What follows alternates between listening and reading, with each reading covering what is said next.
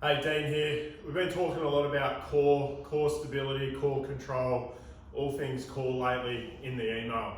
Now I'm going to use this Coke can as an example of what your core is. At the bottom we have our pelvic floor and at the top we have our diaphragm.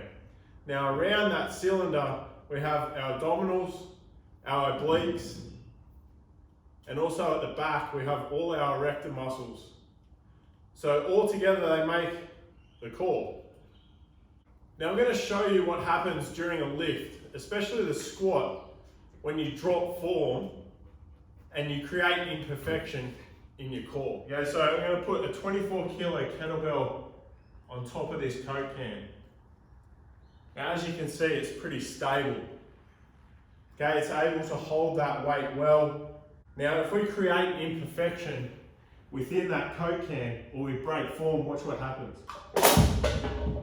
It just crumbles and breaks under that load.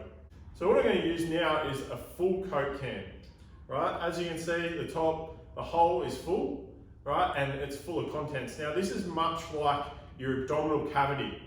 It's full of all your bowels, guts, all that kind of stuff, all right?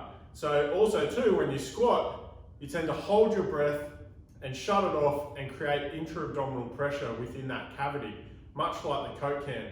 It's full of gas. So watch what happens when we hold our breath, we create stability and we put the same amount of load, but if we break form, what happens?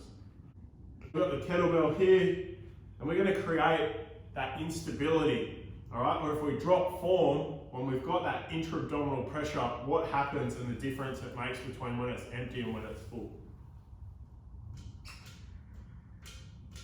So you can see there's a massive difference there. It just falls over, but the structure itself remains undamaged.